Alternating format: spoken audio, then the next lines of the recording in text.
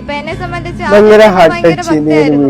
ഞാൻ ഒരു കാലിന്റെ മുട്ടിനൊക്കെ വേദന വന്നു കഴിഞ്ഞാൽ ഓർമെന്റിനെക്കാട്ടി മുന്നേ ചന്ദനം ഇടുന്ന കൂട്ടത്തിലായിരുന്നു. അപ്പൊ എന്നെ സംബന്ധിച്ച് ദൈവമുണ്ട്, ദൈവം എന്നെ മാറ്റും, ദൈവം എന്നെ നടത്തും, അങ്ങനെയൊക്കെ ഞാൻ ഭയങ്കരമായിട്ട് വിശ്വസിച്ചിരുന്ന ഒരാളാണ്. പിന്നെ ഞാൻ ചിന്തിച്ചപ്പോഴാ ഞാൻ കണ്ടിട്ടില്ലാത്ത, ഞാൻ അനുഭവിച്ചിട്ടില്ലാത്ത ഒരു ശക്തിയെ ഞാനെന്തിനാ വിശ്വസിക്കുന്നേ? എന്നെ സംബന്ധിച്ച് ഞാൻ ജനിച്ചപ്പോ തൊട്ട് എന്റെ ചെലവുകള് എല്ലാം നോക്കുന്നത് എന്റെ അച്ഛനാണ്. എന്റെ പൊന്നുപോലെ എന്നെ കൈ കൊണ്ട് നടക്കുന്ന എന്റെ അമ്മയാണ്. എന്നെ കൂടെ കൊണ്ട് നടക്കുന്ന കൂട്ടുകാരാണ്.